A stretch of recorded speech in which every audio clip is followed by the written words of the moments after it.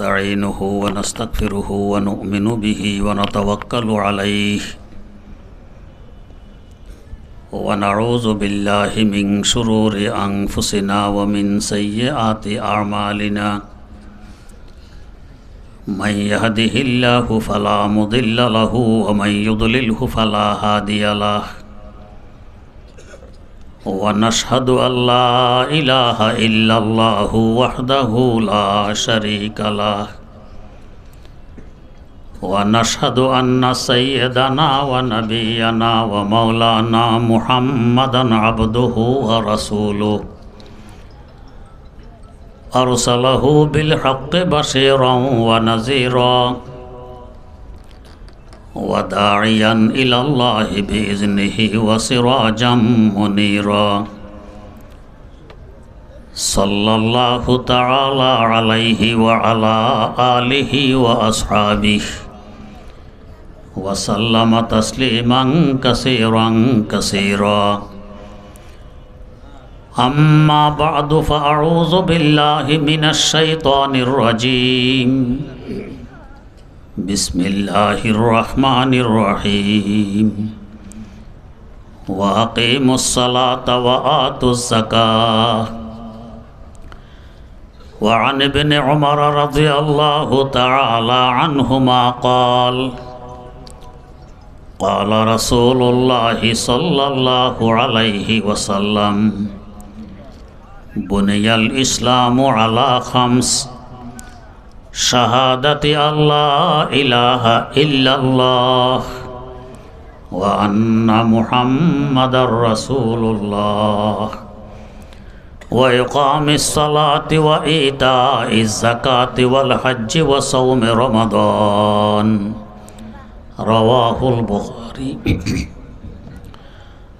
اللهم صل على سيدنا محمد وعلى آل سيدنا محمد كما صليت على سيدنا إبراهيم وعلى آل سيدنا إبراهيم إنك حميد مجيد اللهم بارك على سيدنا محمد وعلى آل سيدنا محمد كما باركت على سيدنا إبراهيم وعلى آل سيدنا إبراهيم إنك حميد مجيد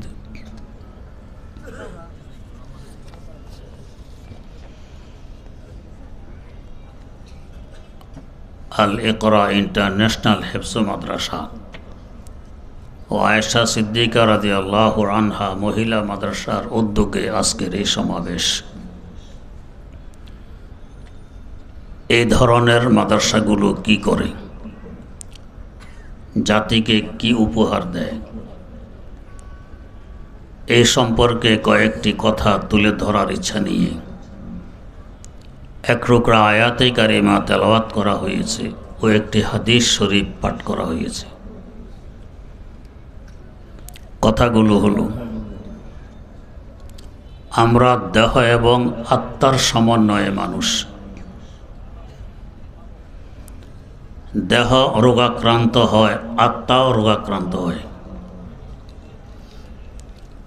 দেহের রোগের চিকিৎসা যে করে তাকে বলা হয় ডাক্তার। আত্মার রোগের চিকিৎসা যিনি করেন তাকে বলা হয় পীর কিংবা মুর্শিদ। দেহের রোগ দুই প্রকার, আত্মার রোগও দুই প্রকার। এক প্রকার রোগ মৌলিক, আরেক প্রকার রোগ শাখাগত আঞ্চলিক। মৌলিক রোগের চিকিৎসাও মৌলিক হয়, আঞ্চলিক রোগের চিকিৎসাও আঞ্চলিক হয়। মৌলিক রোগের চিকিৎসা না করে আঞ্চলিক রোগের চিকিৎসা করলে সাময়িক উপকৃত হওয়া যায়, স্থায়ী চিকিৎসা হয় না। মৌলিক রোগের চিকিৎসা করলে এর মাধ্যমে অসংখ্য আঞ্চলিক রোগেরও চিকিৎসা হয়ে যায়। যেমন দেহের একটি মৌলিক রোগ ডায়াবেটিস। এই রোগ যখন দেখা দেয়, চোখের জ্যোতি নষ্ট হয়, দাঁত নষ্ট হয়, কিডনি নষ্ট হয়, যৌন শক্তি নষ্ট হয়, দৈহিক শক্তি নষ্ট হয়, দেহের ওজন কমে যায়, ইত্যাদি ইত্যাদি অসংখ্য শাখাগত রোগ দেখা দেয়। কেউ যদি ডায়াবেটিসের চিকিৎসা না করে, চোখের চিকিৎসা করে, সাময়িক উপকৃত হওয়া যায়, স্থায়ী চিকিৎসা হবে না। কেননা যে মৌলিক রোগ ডায়াবেটিসের কারণে চোখ নষ্ট হয়েছিল, ওই রোগ তো এখনও রয়ে গেছে। তাই 2-4 দিন পর আবার চোখের সমস্যা দেখা দিবে। হ্যাঁ, যদি ডায়াবেটিসের চিকিৎসা করে ফেলতে পারি,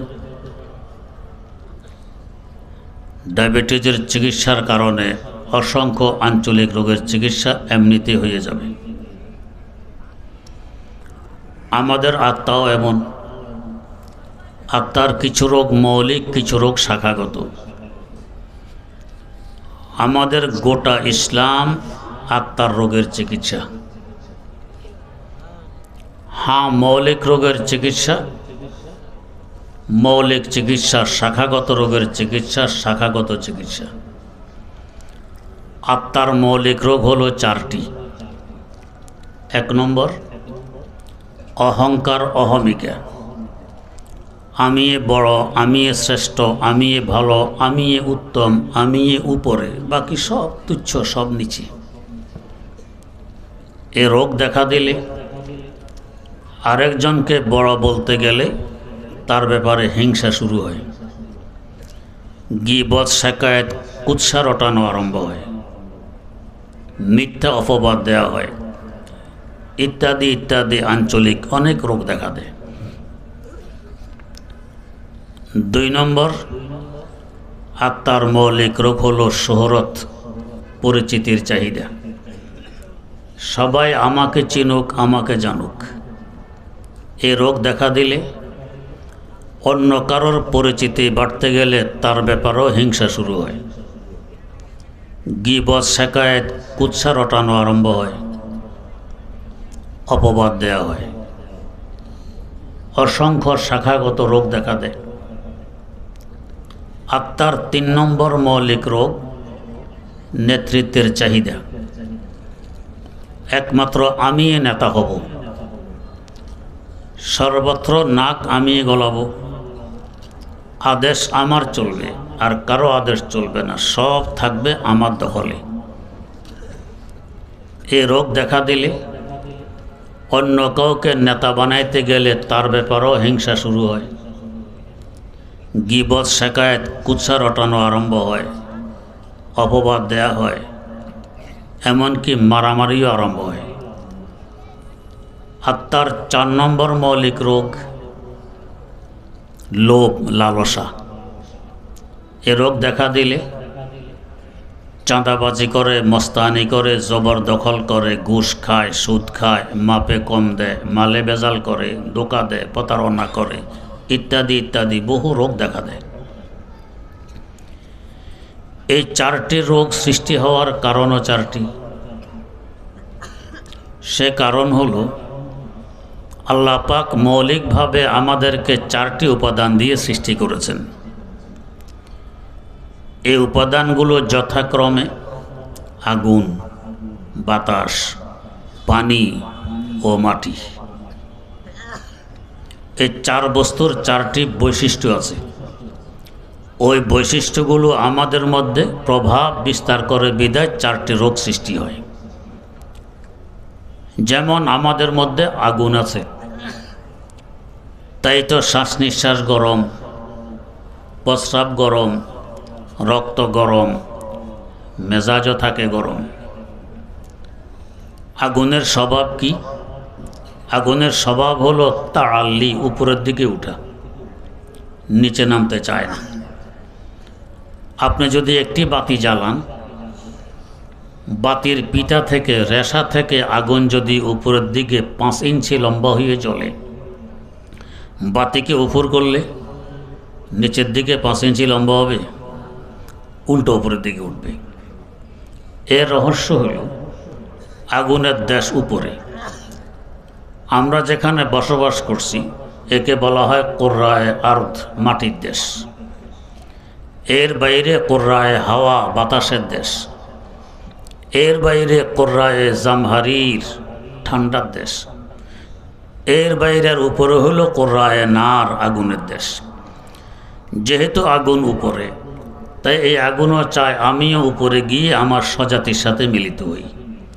এটাই স্বাভাবিক, সবাই নিজ নিজ জাতির সাথে মিলিত হতে চায়। আল্লামা রুমির ভাষায় জিনসে হা মরে জিনসে হারা তাড়াল কান্দে, জিনসে হা মরে জিনসে হারা যা জবান, কুনদ হার জিনসে বা হাম জিনসে পরবাজ, কবুতর বাজে বাবাজ, জাগো বা জাগা কুনান আওয়াজ হা, বুলবুলা বা বুলবুলা পরবাজ হা। কবুতর কবুতরের ঝাঁকে ওড়ে, কাক কাকের ঝাঁকে ওড়ে। কবুতরের সাথে কাক ওড়ে না, কাকের সাথে কবুতর ওড়ে না। তাই দেখা যায় এক মুমিনের সম্পর্ক আরেক মুমিনের সাথে গড়ে ওঠে, এক আল্লাহওয়ালার সম্পর্ক আরেক আল্লাহওয়ালার সাথে গড়ে ওঠে, এক আলেমের সম্পর্ক আরেক আলেমের সাথে গড়ে ওঠে। যদি এর ব্যতিক্রম দেখা যায়, কোন মুসলমান কাফের, মুশরিক, নাস্তিক, মুরতাদের সাথে সম্পর্ক করে, বন্ধুত্ব করে, তার উপর আস্থাশীল হয়, ওরাই একে আশ্রয় প্রশ্রয় দেয়, বুঝতে হবে ঈমানের সমস্যা দেখা দিয়েছে। না হয় কাফের, মুশরিক, নাস্তিক, মুরতাদের সাথে সম্পর্ক করতো না, মুমিনের সাথে করত। তো যেহেতু আগুনের স্বভাব উপরে ওঠা, আমাদের মধ্যে আগুন আছে, আগুনের স্বভাব আমাদের মধ্যে বিস্তার লাভ করেছে। আমরাও চাই উপরে থাকি, যার নাম অহংকার, অহমিকা, মৌলিক রোগ। চিকিৎসা হয় উল্টা বস্তু দিয়ে। যেমন হাদিস শরীফে আছে, আবরিদুল হুম্মা বিল মা ইল বারিদ, জ্বরকে ঠান্ডা পানি দিয়ে ঠান্ডা করো। জ্বর উঠলে দেহ গরম হয়, মাথায় পানি ডালো, গামছা কিংবা টাওয়াল ভিজিয়ে দেহ মুছে দাও। জ্বর যদি 105, 6, 7 ডিগ্রি পর্যন্ত ওঠে, বরফ দিয়ে ঢেকে রাখো। উল্টা বস্তু দিয়ে চিকিৎসা। তো আগুন থাকার কারণে প্রভাব বিস্তার লাভ করেছে, আমরা তাই উপরে থাকি। আল্লাহ পাকের চিকিৎসার জন্য উল্টা বস্তু দিলেন নামাজ। ও আকিমুস সালাহ, নামাজ কায়েমের মাধ্যমে অহংকার, অহমিকার চিকিৎসা হয়। নামাজ নামাজি বান্দাকে নিচের দিকে নামায়। তা কীভাবে? নামাজ শুরু হয় তাকবীরে তাহরিমার মাধ্যমে। তাকবীরে তাহরিমার সময় উভয় হাত উপরের দিকে তুলতে হয়। কি পরিমাণ তুলব, এ ব্যাপারে 4 প্রকারের হাদিস বর্ণিত। 1 নম্বর, মুসলিম শরীফে বর্ণিত ইলা ফুরুই উযুনাইহি, আয় আ'লাহুমা, কানের উপর পর্যন্ত হাত তুলবে। 2 নম্বর, আবু দাউদ শরীফে বর্ণিত ইউহাজি ইবহামাহু শাহমাতা উযুনাইহি, বৃদ্ধাঙ্গুলি থাকবে কানের লতি বরাবর। 2 নম্বর। 3 নম্বর, বুখারী শরীফে বর্ণিত ইলাল মানকিব, কাঁধ পর্যন্ত হাত তুলবে। 4 নম্বর, সহিহ ইবনে খুজাইমা বর্ণিত ইলা সদর, সিনা পর্যন্ত হাত তুলবে। 4 প্রকারের হাদিস। যদিও সিনা পর্যন্ত হাত তোলার সহিহ ইবনে খুজাইমার বর্ণিত হাদিসটি সাজ তথা বিচ্ছিন্ন। যাই হোক, 4 প্রকারের হাদিস পাওয়া যায়। এখানে একটি প্রাসঙ্গিক কথা, আমার আহলে হাদিস ভাইয়েরা, নারী হোক কিংবা পুরুষ, সকলে সিনা পর্যন্ত হাত তুলে সিনের উপরে রেখে দেন। সহিহ ইবনে খুজাইমার হাদিসের উপরে আমল করলেন। সিয়াসির তার 3টি হাদিস ছেড়ে দিলেন। বুখারী শরীফের হাদিস কাঁধ পর্যন্ত হাত তোলা ছেড়ে দিলেন। মুসলিম শরীফের হাদিস কানের উপর পর্যন্ত হাত তোলা ছেড়ে দিলেন। আবু দাউদ শরীফের হাদিস কানের লতি পর্যন্ত হাত তোলা ছেড়ে দিলেন। মানলেন 1টি, ছাড়লেন 3টি। মানা বেশি না ছাড়া বেশি? ছাড়া বেশি। এরপরও তাদের দাবি, তারাই হাদিস মানেন, আমরা নাকি হাদিস মানি না। এবারে আসুন আমরা কি করি। আমরা যারা মাযহাব মানি, ইমাম মানি, আমাদের ইমামগণ বলেন 4টি হাদিস, অতএব একটিও ছাড়া যাবে না। এমনভাবে আমল করা লাগবে যাতে সকল হাদিসের উপর আমল হয়ে যায়। তা কি করে সম্ভব? তা সম্ভব হবে বৃদ্ধাঙ্গুলির মাথা থাকবে কানের লতি বরাবর। এতে করে আবু দাউদ শরীফে বর্ণিত হাদিসের উপর আমল হবে। বৃদ্ধাঙ্গুলি কানের লতি বরাবর তুললে অটোমেটিক অন্য আঙ্গুলগুলো হয়ে যাবে কানের উপর বরাবর। এতে করে মুসলিম শরীফে বর্ণিত হাদিসের উপর আমল হয়ে যাবে। বৃদ্ধাঙ্গুলি কানের লতি বরাবর তুললে আমার হাতের তালু থাকবে কাঁধ বরাবর। এতে করে বুখারী শরীফের হাদিসের উপর আমল হয়ে যাবে। আর এই উম্মতের নারী সমাজ হাত তুলবে সিনা বরাবর। এতে করে নারী পুরুষ মিলে 4 হাদিসের উপরে আমল হয়ে যাবে, একটি হাদিসও বাদ যাবে না। এরপরও আমাদের উপর দোষ চাপানো হয় আমরা নাকি হাদিস মানি না। আমরা একটিও ছাড়লাম না, 4 হাদিসের 4টি মানলাম, তারপরও দোষ। ওনারা 4 হাদিসের মধ্যে মাত্র একটি মানলেন, 3টি ছেড়ে দিলেন, তারপরও দোষ নেই, ওনারা হাদিস মানেন। যাই হোক, বৃদ্ধাঙ্গুলির মাথা যে কানের লতি বরাবর করব, লতির বরাবর হলো কিনা বুঝবো কিভাবে? আমাদের মজহাবের নির্ভরযোগ্য কিতাব ফতাওয়ায়ে কাজী খান, এই কিতাবে উল্লেখ আছে বৃদ্ধাঙ্গুলির মাথাটা কানের লতির সাথে একটু লাগিয়ে দাও, তবে নিশ্চিত হবে বৃদ্ধাঙ্গুলির মাথা কানের লতি বরাবর হয়ে গেছে। এই যে আঙ্গুলের মাথা কানের লতি সাথে লাগিয়ে দিলাম, এতে আমাদের পরিভাষায় বলে কানে ধরা। কানে ধরলে মানুষ উপরে ওঠে না নিচে নামে? নিচে নামে। ইজ্জত বাড়ে না কমে? কমে। তাই তো বিচার সালিসে অপরাধীর অপরাধ যদি প্রমাণিত হয়, বলা হয় কানে ধরো। ইজ্জত বাড়ানোর জন্য, কমানোর জন্য। তো আমি আমার আল্লাহর দরবারে অপরাধী সেজে, আল্লাহ আমি তোমার দরবার অপরাধী, বিচার সালিসের প্রয়োজন নেই, নিজে স্বীকার করে নিচ্ছি আমি অপরাধী, কানে ধরে তোমার দরবারে হাজির হয়ে গেলাম। নামাজ আমাকে এক স্তর নিচে নামাই দিল। 2 নম্বর, হাত বাঁধব কীভাবে? এ ব্যাপারে 2 প্রকারের হাদিস বর্ণিত। 1 নম্বর, তিরমিজি শরীফে বর্ণিত ইয়াখুযু শিমালাহু বিয়ামিনিহি, ডান হাত দিয়ে বাম হাতকে ধরবে। 2 নম্বর, আবু দাউদ শরীফে বর্ণিত ইয়াজাউ ইয়ামিনাহু আলা শিমালিহি, ডান হাতকে বাম হাতের উপর রেখে দিবে। 1 হাদিস ধরার, 1 হাদিস রাখার।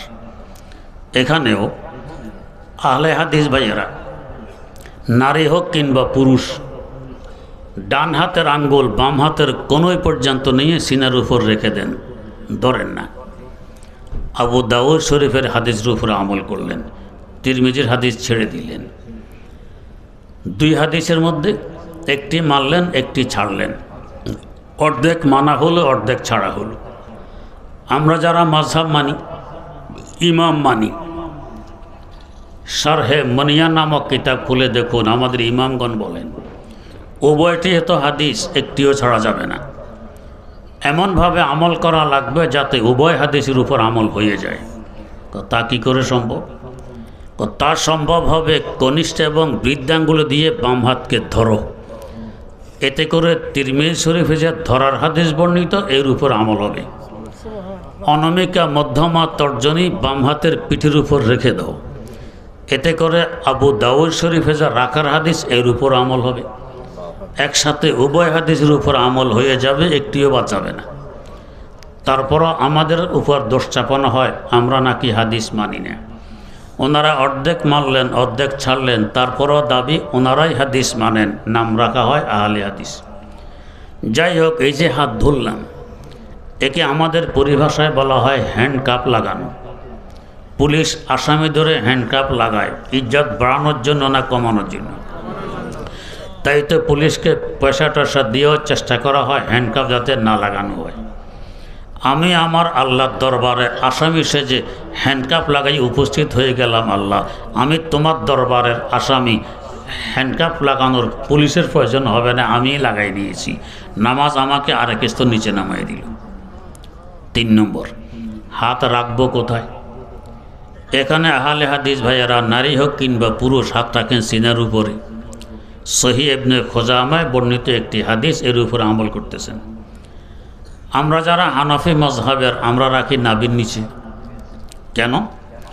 ইমাম বুখারী রাহেমাহুল্লাহু তাআলার উস্তাদ ইমাম আবু বকর ইবনে আবি শাইবা রাহেমাহুল্লাহ তার সংকলিত একটি হাদিসের কিতাব আল মুসান্নাফ 25 খণ্ডে ছেপেছে। 27,000-এরও অধিক হাদিস এই কিতাবে বর্ণিত।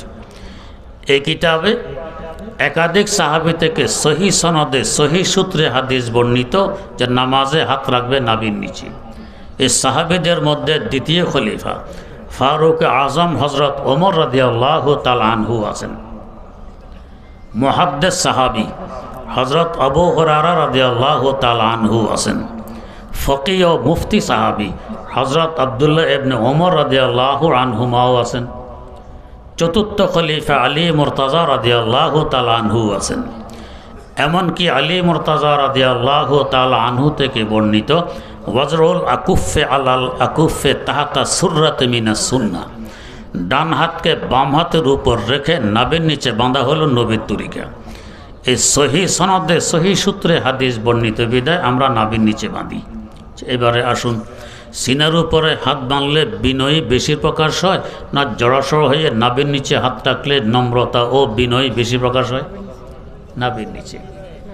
কেউ যখন বাহাদুরি দেখাইতে যায় তো সিনার উপরে হাত বাঁধে কয় আয় পারবি আমার সাথে। আমরা জড়স হয়ে নাভির নিচে হাত রাখলাম, নামাজ আমাকে আরেক স্তর নিচে নামাই দিল। 4 নম্বর, দাঁড়াবো কীভাবে? এখানে আহলে হাদিস ভাইয়ারা 2 পা 2 দিকে ছড়াইয়া দাঁড়ায়। আমাদের দেশীয় ভাষায় বলে চেগাইয়া দাঁড়ায়। এই এলাকায় কি বলে? চেগাইয়া দাঁড়ায়। আর আমরা 2 পায়ের মধ্যখানে 4 আঙ্গুল ফাঁকা রেখে দাঁড়াই। যদি কারো দেখো আরও মোটা হয়, আরও ফাঁকা রাখাও নাজায়েজ নয়, বাকি চেগানো নেই। যদি আহলে হাদিস ভাই আপনাদের মসজিদে ঢুকতে পারে, এক সফে যদি 50 জন মুসল্লি দাঁড়াইতে পারে, 25 জন ঢুকতে পারলে মাশাআল্লাহ চেগাইয়া এক সফ দখল, বাকি 25 জন দ্বারা জায়গা হয় না। যদি 2 পাশে 2 জন হানফি দাঁড়াইতে পারে তো ওনারা চেগাইয়া হানফিদের পায়ের সাথে পা লাগাইয়া দেয়। হানফি বেচারা পায়ে পরিষ্কার থাকতে চায়, গিল লাগে তো পা একটু খিঁচাই আনে। হানফি যত খিঁচায় হে তত চেগায়। এই খিঁচতে খিঁচতে খিঁচা শেষ, হো চেগাইতে চেগাইতে চেগানি শেষ। আর এবারে দেখলাম আরেক আশ্চর্য অবস্থা। আমার পাশে এক আহলে হাদিস বা দাঁড়াইয়া চেগাইলেন, আমি একটু খিঁচলাম। এরপর দেখি যে হে আর চেগায় না। কিন্তু ব্যাপার কি, আহলে হাদিস তো চেগায় না কেন? পরে দেখি যে তার গায়ে যে আরবি জুব্বার ঘের কম, এটা চেগাইতে দিতে পারতেছেন। জুব্বার কারণে চেগাইতে পারতেছেন। আল্লাহর কুদরত তোমার চেগানি বন্ধ করে দিয়েছে। তা আমি নিরাপদে নামাজ পড়তে পারতেছি, হে খিসা লাগে না, হে চেগাইতে পারতেছে। এইভাবে চেগায়া দাঁড়ানো কোথাও কোনো হাদিসে বর্ণিত নেই, নিজের মন গড়া একটি আমল।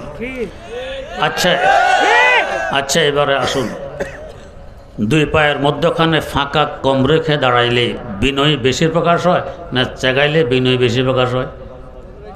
আপনার একজন ওস্তাদের সামনে চেগানোর সাহস পাবেন? বুকে হাত বেঁধে চেগাইয়া দাঁড়াইলে ওস্তাদ কী ভাববে? কোন বেয়াদবকে পড়াইলাম আমার সামনে চেগায়, কেমন? তো যেখানে ওস্তাদের সামনে চেগানোর সাহস নেই, সেখানে আল্লাহর সামনে কোন সাহসে চেগাইলাম? আরও মসজিদে রুখে, এটা তামাশা না নামাজ। যাই হোক, তো 2 পায়ের মধ্যখানে কম ফাঁকা রেখে জড়সড় হয়ে দাঁড়াইলাম, নামাজ আমাকে আরেক স্তর নিচে নামাই দিল।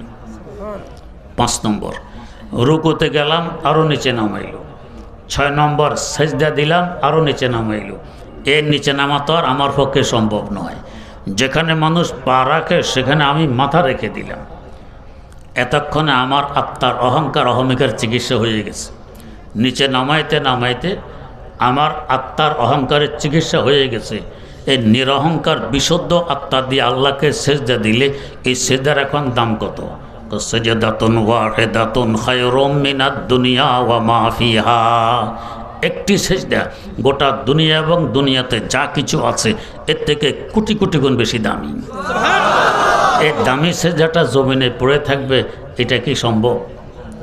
আমরা তো বাহ্যিক দৃষ্টিতে দেখি মুসল্লির মাথা মাটিতে পড়ে আছে। যাদের দিব্য চক্ষু আছে তারা দেখেন এই সময়ে মুসল্লির মাথাটা কোথায় থাকে।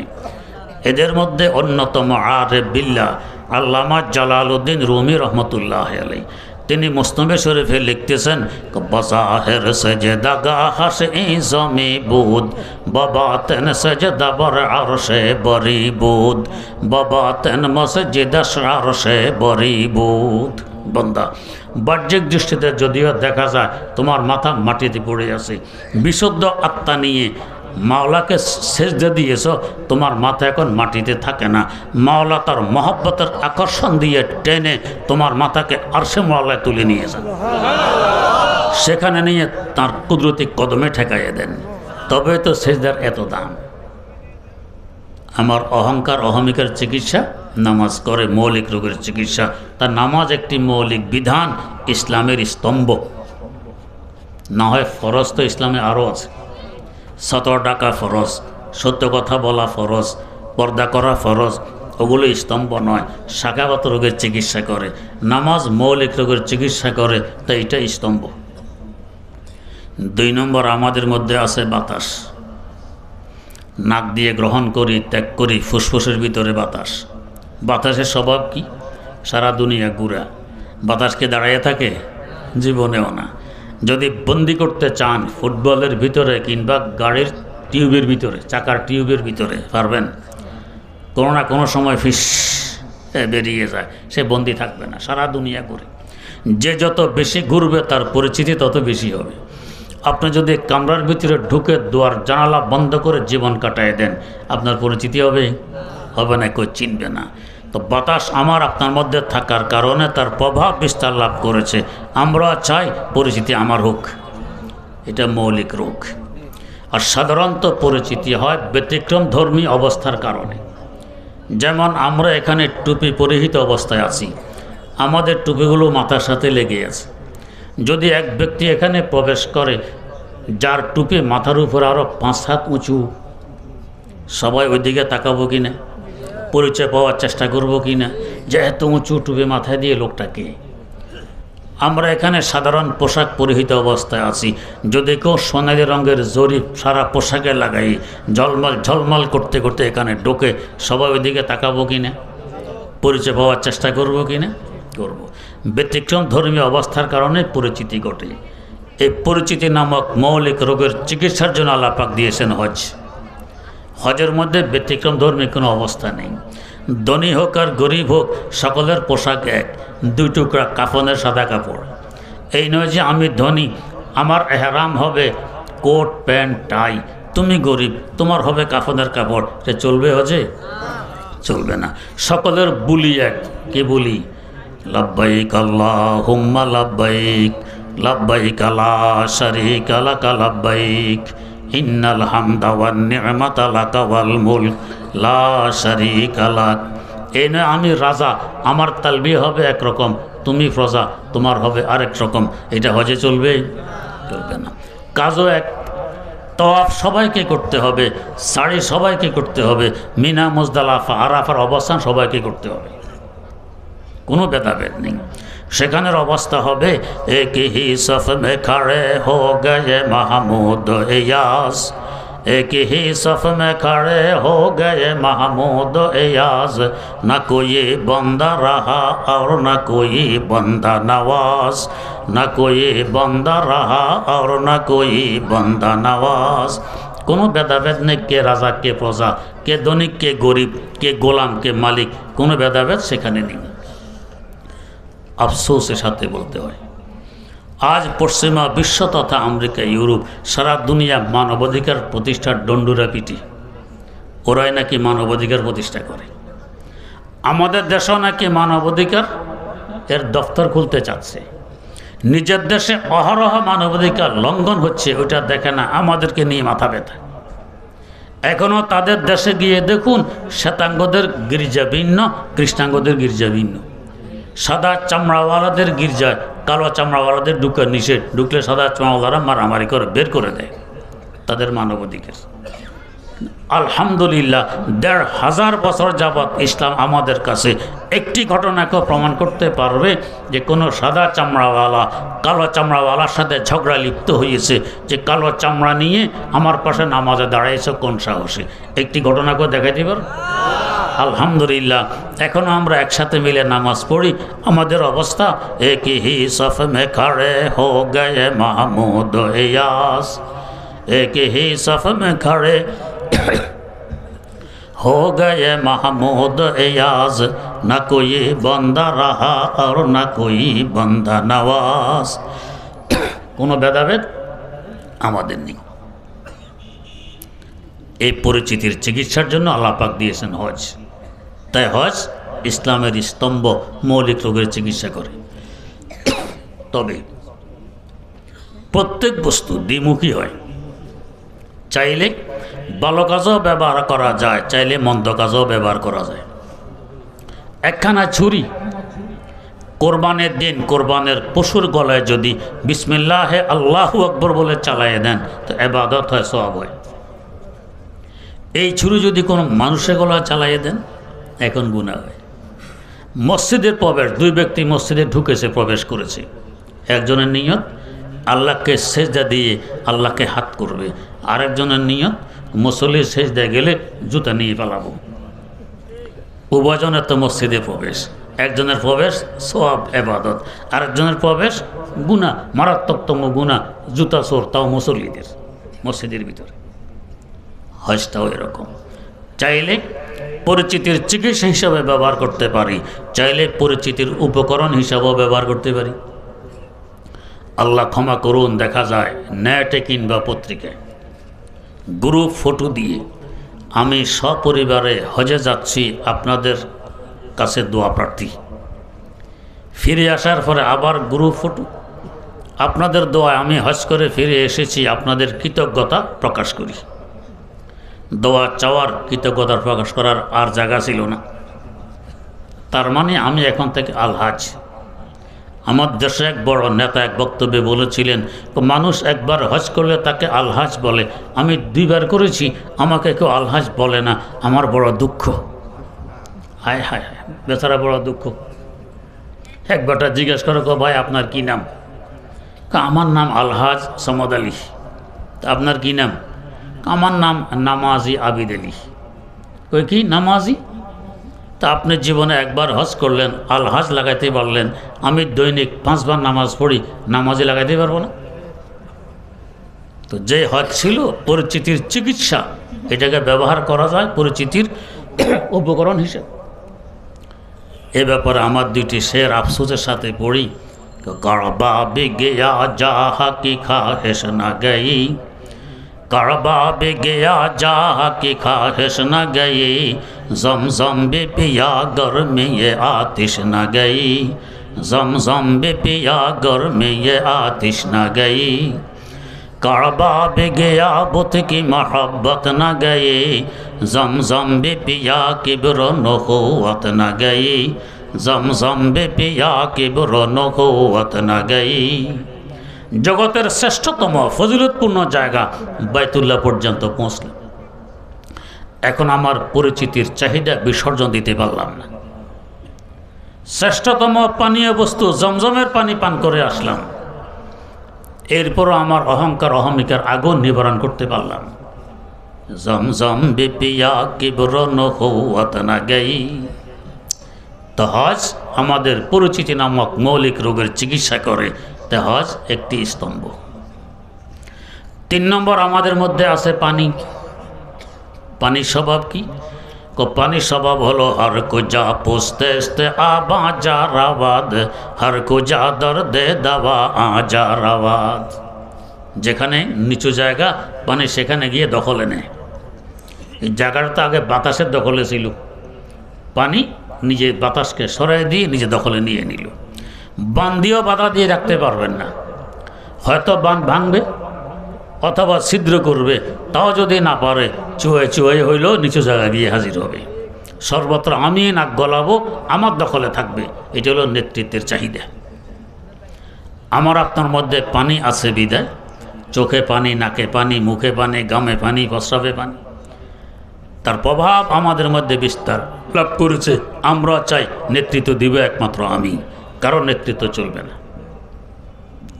একটি মৌলিক রোগ, এর চিকিৎসার জন্য আল্লাহ পাক দিয়েছেন রোজা। রোজা মানুষের খাহেশ মিটায়, চাহিদা মিটায়। গরমের দিন দুপুরবেলা খুব পিপাসা, ঠান্ডা পানি ফ্রিজে আছে, সুস্বাদু শরবতও আছে। রোজা বলে খবরদার, তোমার এই খাহেশ মিটানো যাবে না, এই চাহিদা পূরণ করা যাবে না। তুমি রোজাদার, সূর্য অস্ত পর্যন্ত তোমাকে অপেক্ষা করা লাগবে। লম্বা দিন, বিকেলবেলা খুব ক্ষুধা, সুস্বাদু খাবার পাকানো হয়ে গেছে, চাইলে পেট বোঝাই করতে পারি। রোজা বলে এখন বোঝাই করা যাবে না। তুমি রোজাদার, এই খাহেশ মিটানো যাবে না, এই চাহিদা পূরণ করা যাবে না, সূর্য অস্ত পর্যন্ত তোমাকে সবর করা লাগবে। নেতৃত্বের চিকিৎসা করে রোজা, রোজা একটি স্তম্ভ। 4 নম্বর, আমাদের মধ্যে আছে মাটি। মাটির স্বভাব কি? মাটির স্বভাব হলো শামসে চো মেদা জমেরা গরমা কার্দ পজমে জুমলা হাদস হারা বকর। মাটি সব কিছুকে হজম করে মাটি বানায় ফেলে, সব আমার। এমনকি ময়লা আবর্জনা, পায়খানা, প্রস্রাব পর্যন্ত মাটি হজম করে নিজের বানায়, এটাও ছাড়তে রাজি নেই। মাটি আমার আপনার মধ্যে আছে বিদায় তার স্বভাব বিস্তার লাভ করেছে। আমরা চাই সব সম্পদ হবে আমার। এক দুনিয়া আমার হলে আরেক দুনিয়া লাগবে, এই চাহিদা কখনো মিটে না। এমন লোকও আমার সামনে আছে, ছেলে নেই, মেয়ে নেই, স্ত্রীও মারা গেছে, এরপরও চাঁদাবাজি বন্ধ নেই, মস্তানি বন্ধ নেই, 8 তলা বিল্ডিং 2টি বানানো হয়ে গেছে, আরও লাগবে। এখন বেচারা ফলাতো, এখন নেই, কে থাকবে বিল্ডিংয়ে? ছেলে মেয়ে বউ তো মারা গেছে, তুমি তো থাকতো, এখন নাই। এরা তো নাই হয়ে গেছে, তুমি তো থাকতেও নাই, এখন কে থাকবে বিল্ডিংয়ে? লোভ। আল্লাহ পাক উল্টা বস্তু দিয়ে চিকিৎসা দিলেন, জাকাত। লোভ বলে সম্পদ আমার দিকে আসুক, জাকাত বলে বিপরীত দিকে যাক। জাকাত দিলে সম্পদ পরিষ্কার হয়। জাকাত হলো সম্পদের ময়লা। ময়লাযুক্ত খাবার খেলে উপকার না ক্ষতি? ক্ষতি। পেট নষ্ট হবে, পেটে ব্যথা হবে। আর ময়লা সাফ করে পরিষ্কার খাবার খেলে এখন উপকার, দৈহিক শক্তি বাড়বে। জাকাত না দিয়ে পুরা সম্পদ ব্যবহার করলে, ময়লা সহকারে ব্যবহার করলাম, শান্তি আসবে না, এটা অশান্তি বয়ে নিয়ে আসবে। জাকাত দিয়ে বাকি সম্পদ ব্যবহার করলাম পরিষ্কার, শান্তি বয়ে নিয়ে আসবে। এর পাশাপাশি আমার সম্পদ হেফাজত করবে আমার আল্লাহর কুদরত, জাকাতের বরকতে। শেখুল হাদিস আল্লামা জাকারিয়া রহমতুল্লাহ আলাই আপ বিতি নামক কিতাবে লিখেছেন, ভারতবর্ষের বৃহত্তম মাদ্রাসা, দ্বিতীয় বৃহত্তম মাদ্রাসা সাহারানপুর মাদ্রাসা। এই মাদ্রাসা একজন ক্যাশিয়ার ছিলেন, দিনদার, পরহেজগার, আমানতদার, সোজা সাজা মানুষ, আলেম ছিলেন না। কথা বলার সময় ফাঁকে ফাঁকে বলতেন আল্লাহকে ফজল সে, আল্লাহর মেহেরবানিতে, কথার বাক্কা। আমরা কথা বলতে বলতে বলি, বুঝতে পারলেন তো ব্যাপারটা? কেউ ফাঁকে ফাঁকে বলি, বুঝাইতে পারলাম তো কথা। কেউ ফাঁকে ফাঁকে বলি, বুঝতে পেরেছেন তো কথা, ইত্যাদি ইত্যাদি।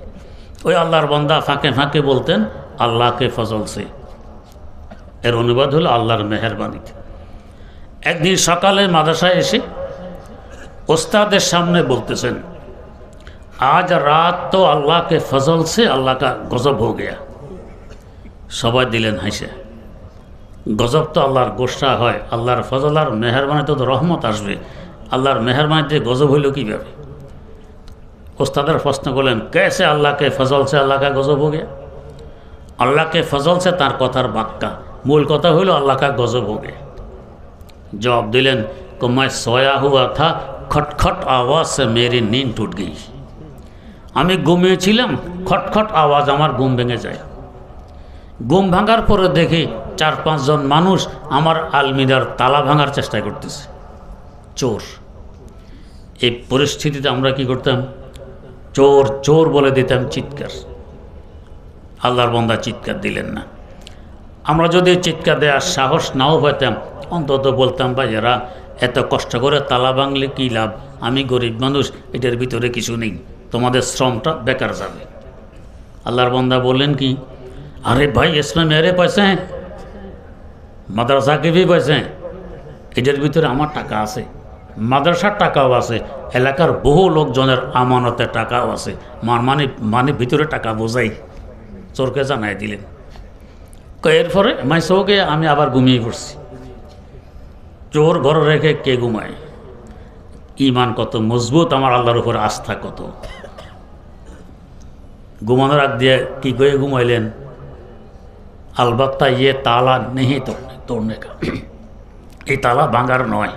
কেন? तो इसलिए कि मैं ज़कात अदा किया करता हूँ, এই জন্য যে আমি জাকাত আদায় করি। আমার আল্লাহ আমার সম্পদের হেফাজত করবেন, আমি জাকাত আদায় করি, তোমরা ভাঙতে পারবে না। এইটা বলে আমি ঘুমিয়ে পড়ছি। ভোর রাতে আবার উঠলাম, নামাজ পড়ব, দেখি এরা এখনও চেষ্টা অব্যাহত আছে তালা ভাঙার। আবারও ওই কথা বললাম, আরে ভাই এটার ভিতরে আমার টাকা আছে, মাদ্রাসার টাকা আছে, এলাকার বহু লোকজনের আমানতের টাকাও আছে। अलबत्ता ये ताला नहीं तोड़ने का, তবে এই তালা ভাঙার নয়। তোমাদের আব্বাকে যদি ডেকে নিয়ে আসো, ভাঙতে পারবে না। इसलिए कि मैं ज़कात अदा किया करता हूँ, কেননা আমি জাকাত আদায় করি। তো এই কথা বলে আমি চলে গেছি মসজিদে নামাজ পড়তে। চোর ঘরে রেখে কোন সাহসে মসজিদে যায়? কি আস্থার ইমান আমার আল্লাহর উপর। নামাজ কালাম পড়ে সকালে ঘরে এসে দেখি এরা নেই, তালাও ঠিক, আলমিরাও ঠিক, টাকাও ঠিক, সব ঠিক, এরা নেই। এটাই বলতেছেন আজ রাত তো আল্লাহ কে ফজল সে আল্লাহ কা গজব हो गया। জাকাত দিলে হেফাজত আমার আল্লাহ করে। যে চিকিৎসা কখন ফলপ্রসূ হয়? যখন আমার দেহে জান থাকে। দেহ যদি জান না থাকে, মুর্দা, চিকিৎসা লাভ হবে? এ জান হলো ইমান। ইমান থাকলে পরে এই চার চিকিৎসা আমার আত্মার মৌলিক চিকিৎসা হবে। ইমান নাই, সারা জিন্দিগি নামাজ পড়লে লাভ হবে? ইমান নাই, রোজা রাখলে উপকার হবে?